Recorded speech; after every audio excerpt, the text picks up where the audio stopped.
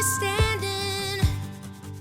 standing on the edge of something big, and we're gonna make some changes.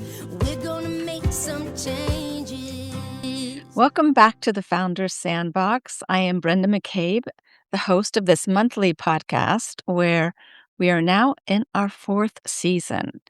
And the podcast is really oriented towards growth scale companies, board directors, and VCs that work in typically the scaling of companies and the ecosystem.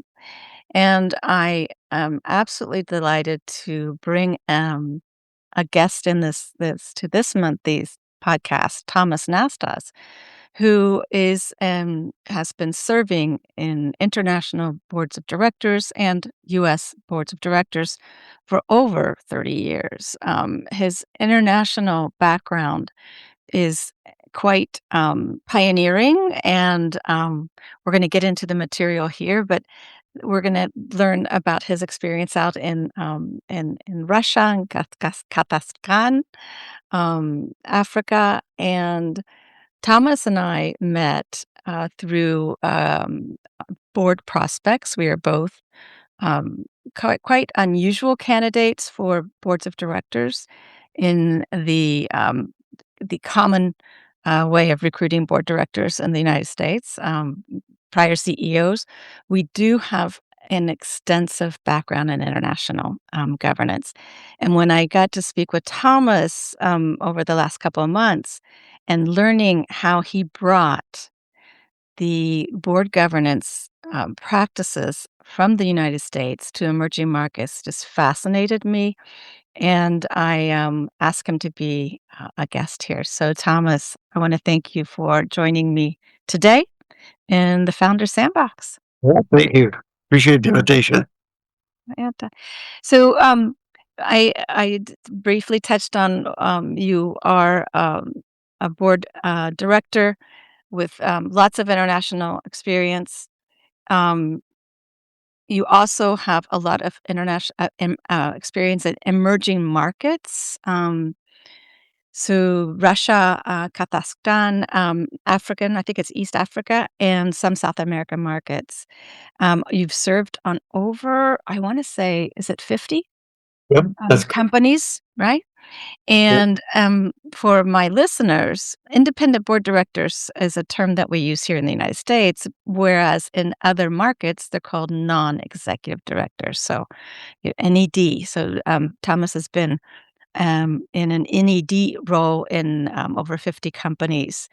And we're going to get into how that's kind of different to what you have traditionally here in the United States. You are a Midwesterner, just like me.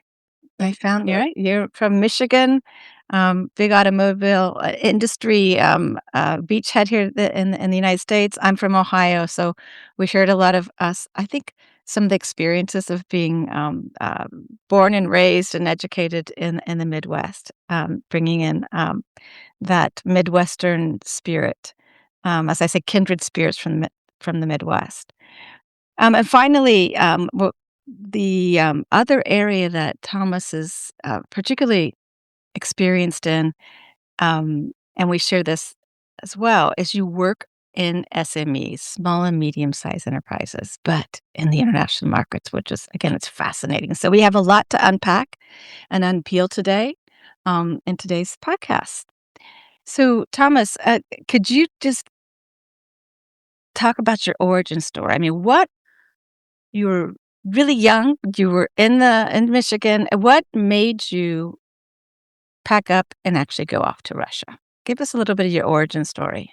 Well, I didn't go directly from Michigan to Russia. Yeah. I went from Michigan to Canada, to Europe, to Africa, and then to Russia, and then to Kazakhstan. So it was a little bit, it was, kind of like baby steps, okay? Mm-hmm. A little bit of background how I ever got involved in this is, I'm a mechanical engineer by training. I got an MBA and worked in, Ford Motor Company and automotive suppliers. And then many decades ago, We had a new governor in Michigan, and he, like all of the governors, and even still now today, said that the Michigan economy is dominated by the auto industry, and it goes up and down and up and down and up and down, and we need to diversify the economy, right? Right. So this governor, his name was Blanchard. He put together a program in the sort of the mid '80s on how to go about diversifying the Michigan economy. And he put together a bunch of blue ribbon boards of CEOs of, Ford and GM and Chrysler and, the major automotive suppliers and energy suppliers and utility companies, et cetera, et cetera. And I was part of a sort of like, I guess sort of like foot soldiers of looking at what are the problems of companies of developing their second generation products. So they're already established companies. Okay.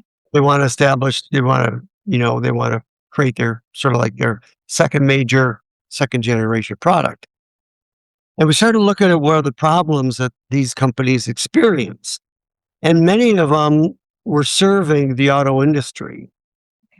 And the auto industry historically is growing like 2 or 3% per year. So if you're a traditional automotive supplier in that particular marketplace, that's what your growth is limited to. And if that's what your growth is, it's difficult to raise outside capital. Got it. So we started looking at what are the problems of companies financing this particular area. And myself and I don't know, there's probably half a dozen other folks who were part of this this sort of foot soldiers committee. We looked at the marketplace. We took sort of a market approach rather than a technical or engineering approach. What specifically is issue? And what we learned, and I'll sort of fast forward, is that there are a lot of medium growth companies at this time in Michigan, but also throughout the United States, that'll never be big enough, fast enough ever to go public. Got it. And at that time, the epicenter of venture capital was in Route 128, which is in the Boston area, and Silicon Valley was developing, but it was, small compared to what was going on in Boston. So if you had that kind of a growth rate, you couldn't raise any capital. All right. Number one. Number two is there's a lot of family held businesses that might be fast growth, but they don't want any outside. They don't want any non-family members involved in the business. And third is there's what we call sort of technology rich companies that have a lot of IP. So they're IP rich, but they're asset poor. So those companies in turn had difficulty of raising either equity capital because again, in the Midwest, there was one venture fund in the Midwest, in Michigan at that particular time. And it'd be difficult to be able to access debt financing because again, you don't have assets that you can collateralize. So we looked at saying, well, how could we solve these three particular problems? Okay. And we sort of stumbled upon the use and application of royalty-based structures. Okay. Actually finance these companies because royalty-based structures, which have been used for decades in the creative industries, meaning music, movies, the book business, and to a large extent also in the pharmaceutical industry, was potentially a solution because you could put money into a company. You don't have an equity position in a company. In theory, you've got a higher rate of return than debt. So you can get sort of equity-like returns and you're generating cash flow, you're generating returns that you can distribute back to your investors pretty quick. Okay. So another guy who was on this committee, we said we ought to create a fund to do this. And we created a royalty-based fund to do this. We raised $2 million in the state of Michigan, raised $2 million at that time. There was no word of angel investing. It was just rich guys. Okay. Yeah. And we started making investments in family-held businesses, in companies that had raised some venture capital, Mhm. but they wanted to embark on developing their second-generation products. That Um, was your thesis then, right? yeah, yeah, and also companies, again, that were sort of tied to the auto industry. So we started making investments, and in some cases, we were investing in a specific product, Yeah. some cases, a line of products, in some cases, we had royalties on the company's entire, revenue. So it would just depend on situational. And we did this for a couple of years, and we were making investments anywhere between 100K and up to 700K, which was quite big Mhm. for a $4 million fund. Exactly. So, Yeah, yeah, quite big. Um, and it was interesting that sometimes when you make investments, um, you sort of hit the bullseye. And what I mean by that is a couple of the companies that we invested in um, sort of hit the bullseye on their products, and they started to grow exponentially. And they said, "Hey, look, we're sending you guys, quite a bit of cash. Mhm. We'd like to reinvest this cash back into the business. So what we would like to do is we would like to buy out your royalty claim." And one point I want to make is when we were doing these transactions, we were investing in perpetuity. There was no, like you get Term limit. your money back or term. It was in perpetuity because we wanted to look like, in some ways, equity, which is not limiting the upside. Right. And if you say 2 times or 3 times, you're limiting your upside, and you could have a whole mess of failures, and you accomplish not very much anyway. Yeah. So we said, yeah, you guys could buy us out, but we don't want cash. We want to sell you our royalty claim for equity. They went, oh, well, that's kind of interesting. Early states, like kind of a warrant? Sorry. Like a warrant? Well, not really a Today's warrant world. because again, none of this was pre-planned. It was spontaneous Mhm. serendipity. So, we looked at potentially, there's a number of different inputs into figuring out how much equity we were going to basically buy for a royalty claim. And it went, again, different companies, it was different amounts. And so we were then on the cap table as an equity investor. Mhm. And some of these investments either went public on NASDAQ Mhm. or they were acquired by, like a much bigger entity. So we sort of learned that, gee, this is not only a way to finance underserved and underfinanced entrepreneurs that the venture capital model can't serve, which it still doesn't do, even now. Mhm. Okay. Mhm. It's also a way to sort of manage the risk return relationship because when you make an investment, you never know what's going to happen.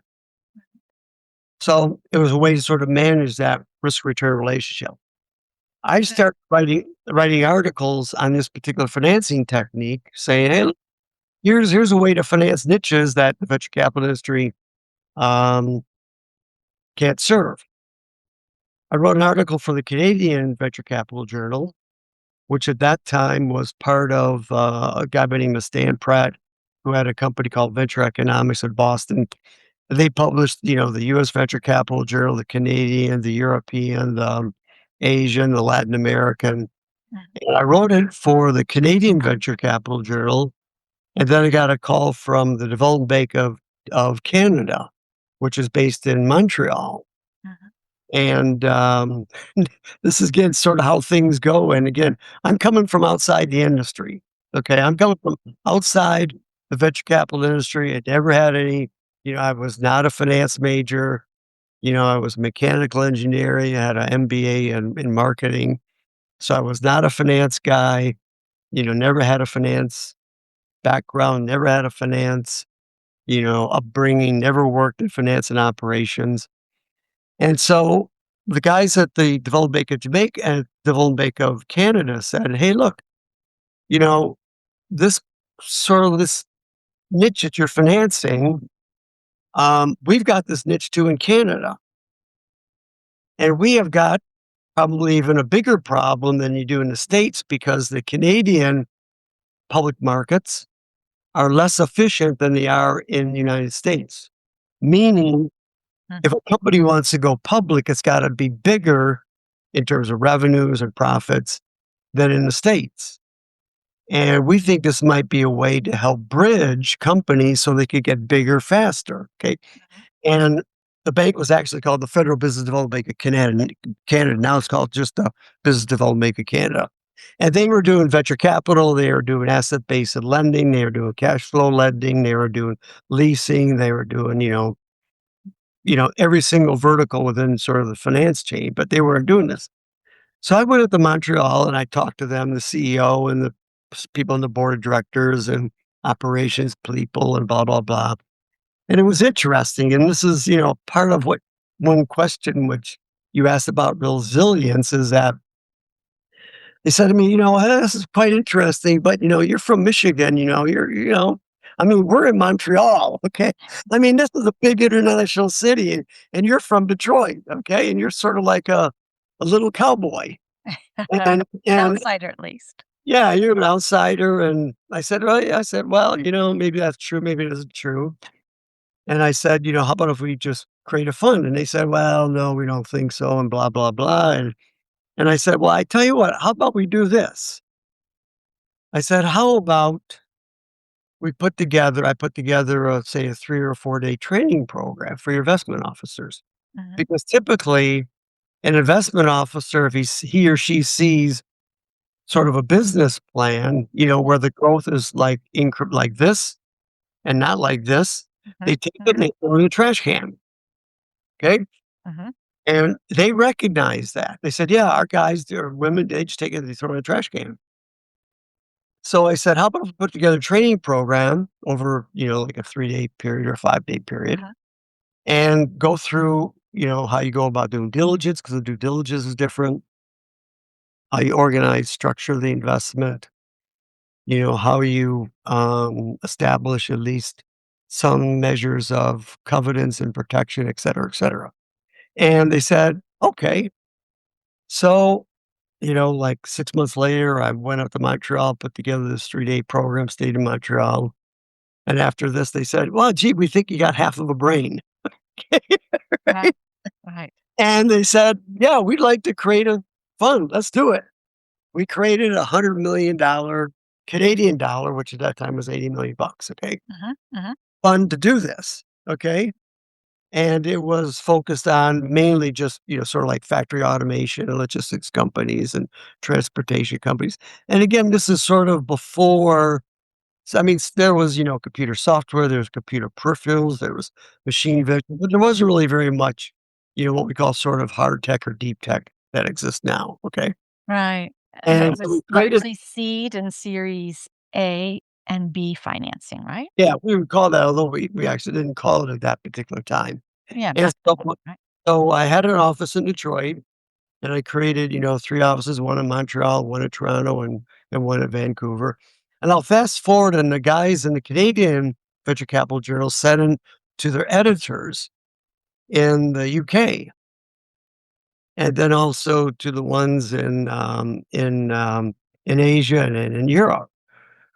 And they published it, and the editor at the UK Venture Capital Journal said, hey, I think that, this thing would really resonate because at that time in Europe, the financing structure was mainly management buyouts and management buy-ins. Yeah, there was a little bit of venture capital, but not very much. Okay. Yeah, and this is like in the 80s, the early 80s, This is right? in the 80s and early 90s, correct.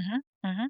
So, and I financed out of my own pocket. I didn't know anybody in Europe or UK. I went over there in my own pocket, talked to people, met a lot of variety of people, and fast forward, it created 2 funds in Europe. One where the lead investor was a European Commission, which is quite unusual for being an American fund manager. Mhm. And 2, with a French group called Financiers Saint-Dominique, which at that time was part of Credit National, and now they were bought out. They're now part of what's called a bank called Bank Nexus. And we created 2 funds, one for all one pan-European fund, which at that time, which is West Europe, is for, Central and East Europe, and also one for France and Germany. And so I set up offices, and again, I had teams of people that worked for me in Detroit, Montreal, Toronto, Vancouver, and Paris, and Luxembourg, and I lived in those 2 cities, and, um, and it was a good gig. And I kept on writing more and more articles about this financing technique, and then I started to tailor them a little bit to the emerging world. Um, the folks at IFC, which is the International Finance Corporation, which is the investment arm of the World Bank, read about it.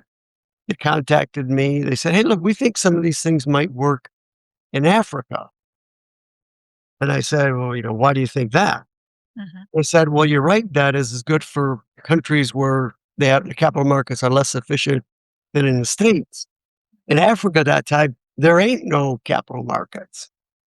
So ultimately, we created 3 funds in Africa, a $285 million fund for all of sub-Saharan Africa, and then sort of moved more in sort of traditional venture financing of fund of funds in East Africa for Uganda, Kenya, and Tanzania, and then a $30 million private equity fund in South Africa. So I created offices, hired people, trained people, learned to make investments in, these African countries, and had offices in Nairobi, Kampala, which is a capital of Uganda, Yeah. Cape Town, and in Johannesburg. And they're all interesting. South African was quite interesting because during the days of apartheid, South African companies were basically shut off from the world markets. Exactly. They couldn't invest their cash flow into, external to basically Africa. Okay. So they were buying companies like a beer company, SAB would buy or create a line of pizza restaurants, for example, or different kinds of restaurants, or logistics companies, or transportation companies, or dry cleaners, or other beverage companies, et cetera, because they had this cash they wanted to reinvest it. They had to deploy. They had Exactly. to, and then when apartheid ended, and they could now start to export capital, they wanted to spin off all these sort of like these tangential businesses. Mhm. So we created a fund, a $30 million fund in South Africa to buy these assets, number 1. And 2 is I raised a $5 million TA fund from the World Bank to help develop and groom sort of black middle managers so they could learn to run the business as a CEO or a CFO or a CMO or head of production, whatever, blah, blah, blah.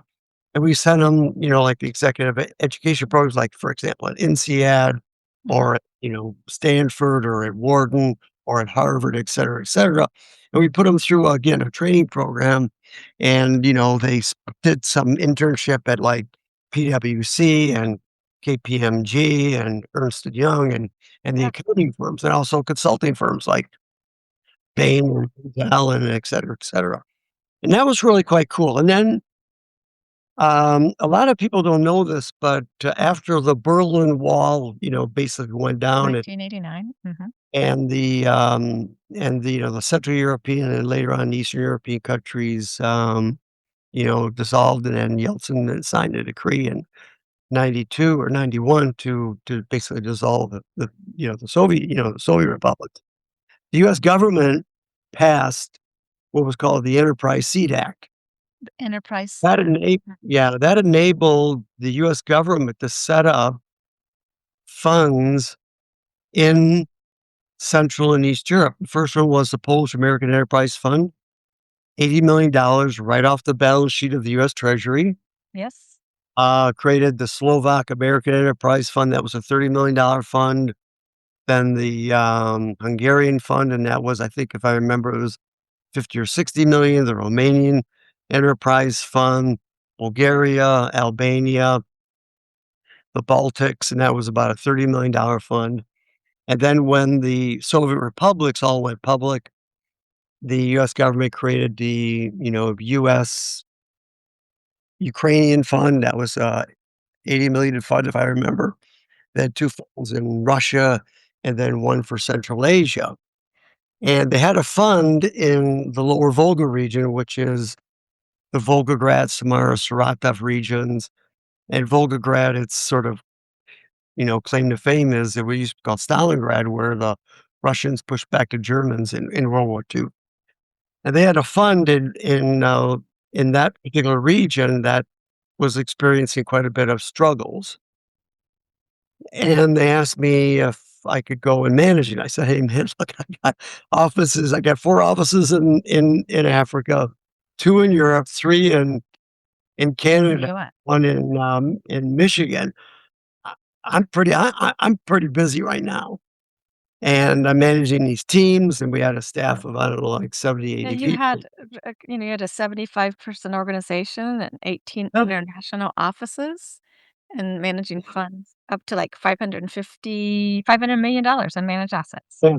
Yeah, so it created so anyway, long story is they kept on asking me to go, and ultimately I was able to find sort of a 2-month window to go to Volgograd, Russia, Yes. and, I'm staying in Russia for 15 years, Wow. okay? And, so then created several other funds in Russia. I lived in Volgograd, Vladivostok, which is on the Sea of Japan, and Mhm, that's where I met my wife. My wife is Russian. I met her, in the, early 2000s. mhm. I then lived in Moscow and had offices, several multiple offices in Russia. And then my last fund was a $75 million deep tech fund in Kazakhstan and had offices in both Almaty and Astana. And so that's how I got involved in emerging markets. So Yeah, it wasn't and planned. can I just stop here for my listeners Sure. and put you on hold because what originated out of, your being a foot soldier, right? Foot soldier Yeah. as an engineer mechanical engineer, MBA, um, helping the governor at that time of Michigan, Right. diversify the ebbs and flows of the local economy to grow beyond the 3% growth that the automotive industry was really capped at, Right. and looking at underserved and underfinanced companies that either were SMEs, that had a medium growth, technology rich, but asset poor, summarizing, right? Some family held SMEs too, Right. that did kind of rejected having outsiders involved, right? And those that were domiciled in countries with capital markets that are less efficient. So your secret sauce was then to really start, you know, creating an alternative financing product, so Right. royalty based. Right. And with that, started writing articles, right, on how to get finance for these SMEs.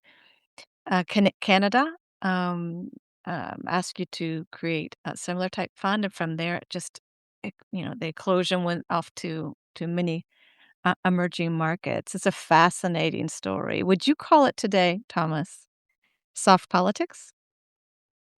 Oh, define for me soft politics. Soft politics is working with foreign countries with U.S. money and U.S. know-how because our capital markets are much more right liquid.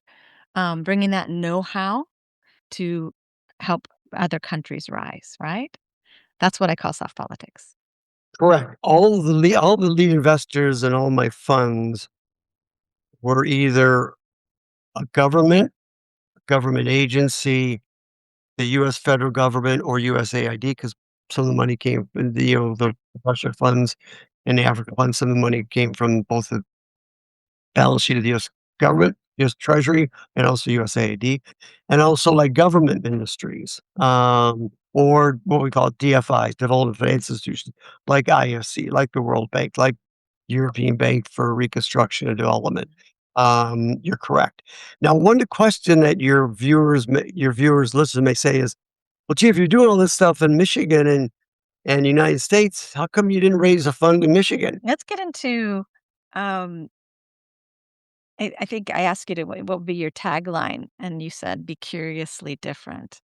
Yeah. And So you're in Vladivostok and Volga. What brought you back to the United States? Were you curiously different, and there was something that brought you back here to create, or you already had Innovative Ventures Inc. Did you Yeah, say? that was I created that company back in like 1982. Yeah. Okay. Yeah. Yeah. I mean, what brought me back is, and again, I've used this tagline is be curiously different because, and I'll explain that in a moment. So in Thank you. 2013, May of 2013, my wife is Russian. We were living in Moscow, which is a cool place. Mhm. And, the politics started to change. You could start to feel the politics was changing.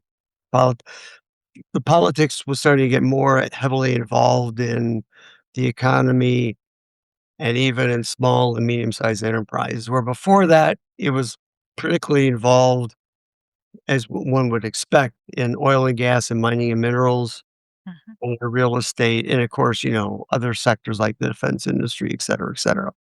But you could start to feel some fingers sort of going in to the small and medium-sized sort of sector. And so the politics was changing, Mm. and I didn't really need to be in Russia full time anymore. And plus, my wife and I wanted to get basically her on the immigration path. So we moved to Michigan in May of 2013 to start that process. Okay. Yes. And, and I didn't know anybody in Michigan. I It's really, not too long. I really knew three people. I knew my two brothers. Yeah. Okay. And one guy that I met in about 2010 who worked for the venture creation unit in tech transfer at the University of Michigan. And when we moved in 2013 to Michigan, I'm originally from Michigan. Mhm. Um, and my last fund finished up in 2015. This was kind of interesting what Mhm. this guy's insight was. He said, well, now that you're back in Michigan, what are you going to do? I said, well, our fund is finished up in 2015, and, I'm now flying to Kazakhstan, 4 or 5 times a year for, like a month or so, blah, blah. He said, "Well, look," and he moved from the University of Michigan to Michigan State in Okay. in tech transfer, although he wasn't doing venture creation, he was managing a grant program, in the agricultural space. And he said, "Look, Michigan State has just created an organization called Spartan Innovations. Okay. That's to create startups from university technology." He said, they're looking for people like you. I think you ought to apply." And I said, "Well, wait a minute, tech trial, I don't know about that." He said, "Look, Tom, you're an entrepreneur. Although people in the venture business, people don't think of venture capitalists as entrepreneurs, but I was an entrepreneur, number one." He said, "You've scaled the organization from 2 people in Detroit, Michigan, to like 18 global offices, 100 people. You navigated Forex and all these legal regimes and different economic regimes and cultural, and you train these different cultures and venture capital and blah, blah, blah. And you're making both, sort of non-tech investments, but technology investments. I think you'd be great." And I said, "Oh, gee, I never really thought about that."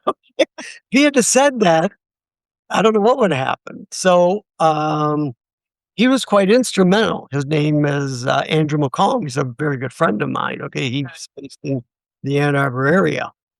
And, so he introduced me to the guy who was running, Spartan Innovations, and, lo and behold, they hired me, as a part-time gig. It's like, half-time is what it is, like 20 hours a week. So I could manage it in addition to the funded Kazakhstan.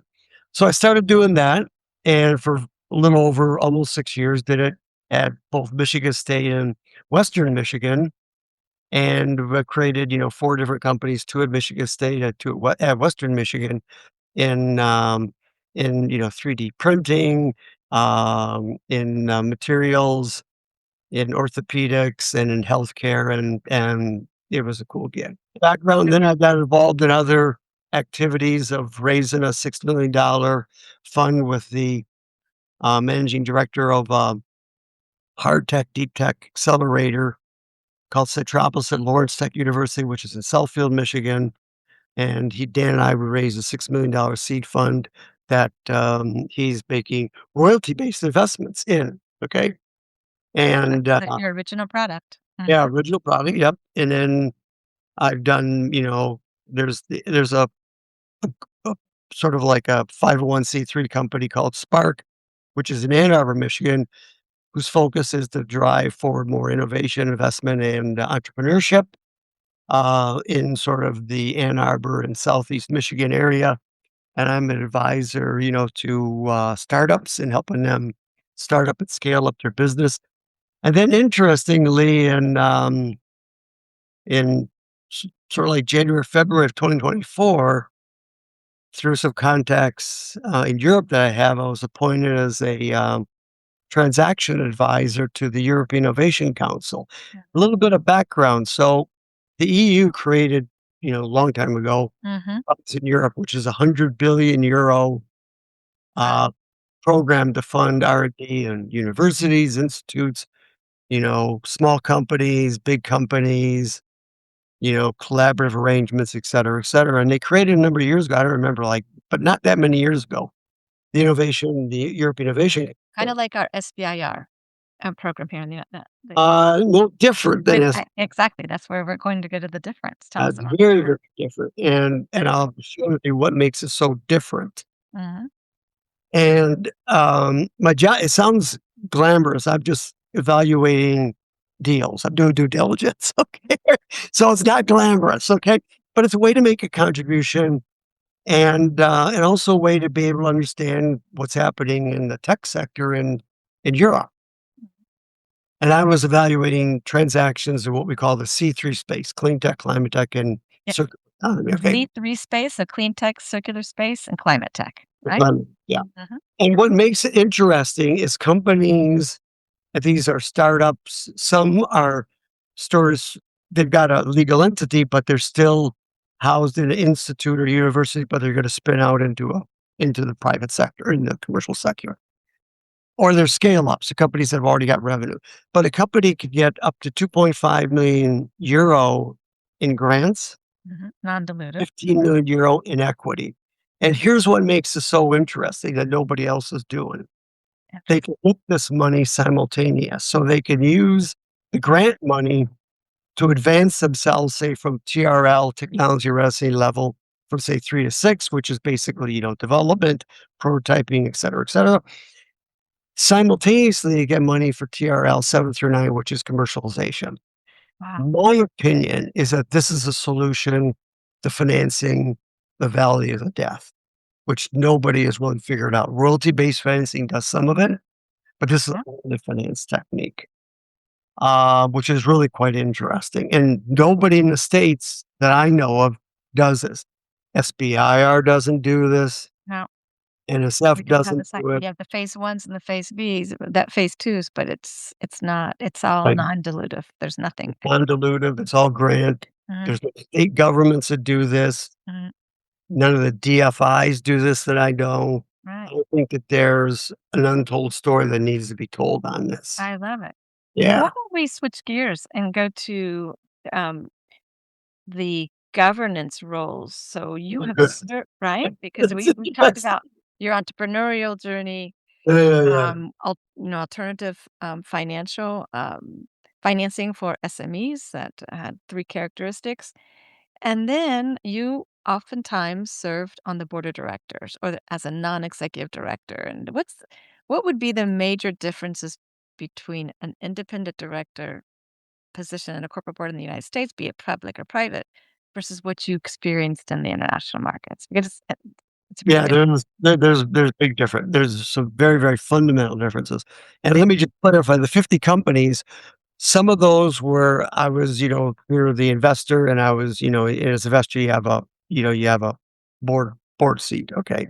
So some of them were that, some of them were, again, NEDs. Okay. But sort of the biggest difference, that's sort of like the big thing is that in the States, and again, it's changing somewhat, okay? But sort of in the developed world, like in US, Canada, to some extent, probably even more so in Europe, the board, yeah, they had governance responsibilities and helping develop strategy. Um, but the boards were intended or desired not to be what we call supportive or had any fingers in operations or help support operations, okay? So nose In in, the fingers out. Yeah, in the emerging world, founders, even well, I wouldn't say state-owned enterprise, but founders of small companies, mid-sized companies, even companies that are doing like $100 million in revenue, okay? They wanted board directors who were gonna really make a contribution, and we had KPIs, Yes. which I don't think most boards have KPIs for their board members, unless and maybe I'm mistaken, okay? So, for example, in several companies, we established a board, we established, policies and procedures, governance, Mhm. well, ethic requirements, things that are sort of standard in boards.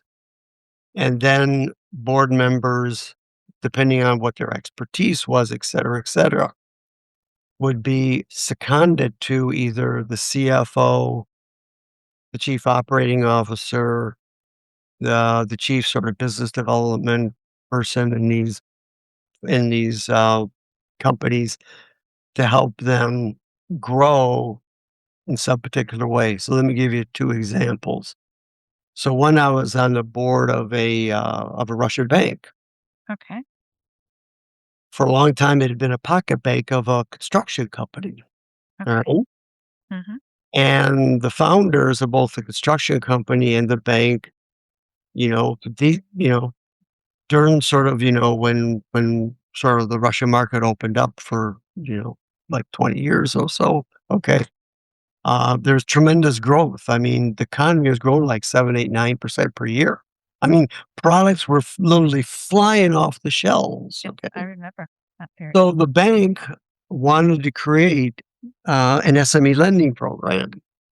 Mhm. And so I worked with both the person who was appointed, sort of like, the head of SME lending, their business development person, their CFO, we created, their whole SME lending program, the policies and procedures, risk management, auditing, how we were going to go about attracting clients, criteria to evaluate clients, blah, blah, blah. And we Mhm. put that together and we implemented it. Okay. Initially and it was based in Moscow. So we were implementing first initially in what we call sort of the Moscow Oblast or the Moscow region, which, was a population of like about, I don't know, 12, 13 million people. Okay. Right. And then we started to expand it to, nearby regions and then, later on into, what we call Siberia and then sort of north and south parts of Russia. And, it was a big success. And my brief was, we were working myself, I was working like 60 days a year working with this company, okay? You don't typically see that in US companies, No, okay? it's very operational, very Yeah, strategic. Uh-huh. yeah. And another company was a beverage company in the tea and coffee business. They had been around for, I don't know, 10, 15, 20 years. But what's interesting is they were selling predominantly to the Russian word would be babushkas or dadushkas, which is grandfathers and grandmothers, okay? Their product line was very, very sort of stale, okay? And I was appointed because the company wanted to grow and develop, and they raised money from the European the European Bank for Reconstruction and Development, which was set up by the Very. G7 countries, okay? Yep. And Tata Beverages, which is part of Tata, the big Indian company. India. Mhm. Tata Global is based in London. and they wanted an independent director in case because there were 3 directors on the Russian side, 3 directors on the Tata side, and they wanted independent in case there was any conflict or et cetera, blah, blah, blah, okay. And so, I was appointed as an AD, we looked at the product line and said, "Hey, look, the economy is really growing." I mean, now there are Starbucks clones in Russia, and they are attracting young guys and women to hang out and have coffee and tea and get acquainted and, meet partners and have fun with their buddies and their girlfriends and blah, blah, blah. And we're not in the segment at all. We don't even serve these folks, okay? Because they're going to grandmothers or Right. granddads, right? Yeah, and all their coffee was all ground coffee, and their tea was all sort of, black tea or green tea, okay? 2 flavors, that was it. So we revamped the whole product line, all the packaging, started to develop again, we didn't really call it that time social media, but started to communicate through, again, Russian clones of Facebook, the Russian clone of Google. Other ones were propping up. There are other things that doing it. It started to appeal to them, okay? Not for our products in those outlets, those retail outlets, but in supermarkets, okay? Okay. And in, stores and stuff. And, oh my gosh, sales increased over about a 3-year period from 45 million to over 80 million. Profits from like 2 million to 8 million are distributed, 20 million in dividends. Uh, it was a cool gig. And again, I was working with what we call the commercial director. Now they would call me like the chief marketing officer, but the commercial Mhm. director, Mhm. okay. The production people, we were having to buy, beans from, typically at that time, the beans were coming Oh, from Africa. mhm.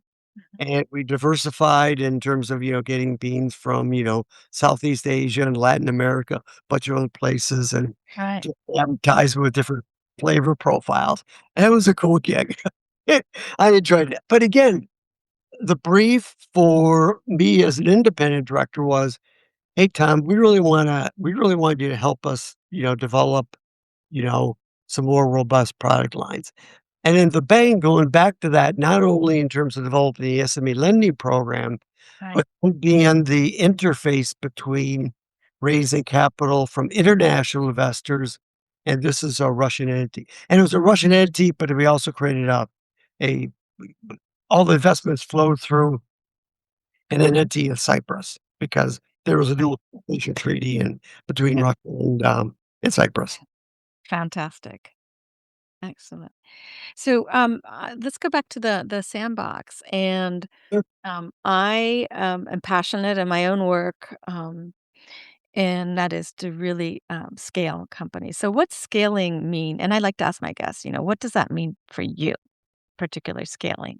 Yeah, I think scaling means where customers pay the bills increasingly, not investors.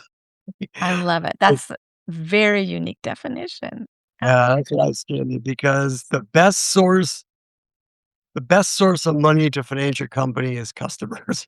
Okay. Absolutely. Right. Yeah, yeah, yeah. Not investors. Investors are like a water faucet. They go hot and cold. That's right. And you got Yeah, to pay those dividends, and that dilution is important. yeah, exactly. Yeah. Right, right. What about resilience? You clearly have been resilient in your own professional journey, and how would you define resilience in today's world, right? How I characterize it is the openness and confidence, um, just to keep going, even when you don't see clarity. I told a story about, this very experienced from a very large fund said, "Oh, you were lucky with your fund. Yeah, just go get a job and flip hamburgers at a McDonald's." That's a true story. It's a really true story. Okay. Mm. Keep going. And sometimes that requires the promoter, which is the entrepreneur or me or others, okay, to figure out how you're going to finance the activity to do what you want to do or what you believe in. Right. And I think that's the characteristic of resilience. That's my definition, how I characterize Yeah. it. And it served you very well. What about purpose-driven? Mhm. Purpose-driven enterprises. Yeah, purpose driven is um, to walk the talk, not just talk the talk. All Mhm. right. So mhm. Yeah, you got to make money. Yes, you have to make profits. Okay, either for your shareholders, your stakeholders. Um, but if you're purpose driven, you've got to figure out a way to have those benefits flow into the community, have impact on the social side, the environmental side, to make planet Earth and its citizens, try to make it up in your own particular way, even if it's a small but but meaningful contribution to make things better. Okay, Mhm. um, to look at the world and to say yes rather than no. Right. Right, and be open to to to say no, and communicating that to your employees, how it flows through operations, customers, suppliers, and the community of communities that it serves. Right. Well, last question, Thomas. Did you have fun in the sandbox today? Yeah, yeah, yeah. Thank you for letting me speak and espouse. Yeah, it was. I don't get many opportunities like that. Yes, and my listeners don't get many opportunities to listen to a pioneer, um, who went, to, emerging markets and, many, many, many years ago, before the VC, market is what it is today, and Yeah, developing, a very valid, proposition for financing of small and medium-sized enterprises. right. Fascinating. Right. So You're thank you for welcome. your And time. let me leave you and your viewers with 2 final comments, okay? Thank Bec you. one 2 comments. One is when my wife and I moved, from Moscow to Michigan, and people heard what I did and how I did it. Again, typically people go overseas, they work for Ford Motor Company, they got a salary, they got support staff in a country, they got a driver, et cetera, et cetera. I went no place. They looked at me like I was a man from Mars. Right? Yeah. Okay. And that's really a true story, okay? Because it was just so different. And lastly, to pick up on your final comment is that this was like in, probably in the late '90s, early 2000, I was given a talk, um, at a private equity conference in London, and there was a guy that I met years ago who moderated it. His name was Doug Miller. He worked as a placement agent for one of the big investment banks, US investment bank, but he was in their London office. And he's from the States, from Missouri or Kansas, I don't remember where he's from. Mhm. And he introduced me as, "This is the venture capitalist who goes where no other venture capitalists go," sort of like the Star Trek going, "Well, where a man never has been before." Okay, so I wanna leave with those 2 final thoughts, okay? I love it because had you not reached out to me through board prospects, and then we are kind of kindred souls in this that fact that we've done a lot more in the international markets than we have in the United States, and it's Yeah, business is done differently as well as raising money. and And it's made us a whole lot richer. uh-huh, Not financially, uh-huh. not financially. It's made us a whole lot richer in terms of our Human. experience. I mean, yeah, Mhm. yeah, exactly. Yeah. I Yeah, have to I might cut this out, but, you're being considered a man from Mars, right? My neighbors, when I moved to, I'm in Los Angeles. They thought I was like a CIA agent because I have a lot of international I speak languages, and they said, "Y I think you're a CIA agent." I said, "No, it's just that, I have Israelis, Greeks, Turks, Moroccan." So it's, it's because we've lived a very, plentiful life, right? yeah, yeah, yeah. Created those relationships. So, to my Yeah. listeners, if you like this episode with Thomas Nastas, um, here in the Founders Sandbox on early stage international venture in very interesting markets, please sign up for the Founders Sandbox. Again, we release an episode monthly, and Thomas brought us some amazing insights on board governance in these markets and soft politics. So thank you, and signing off for this month. Thank you. See you. Bye bye.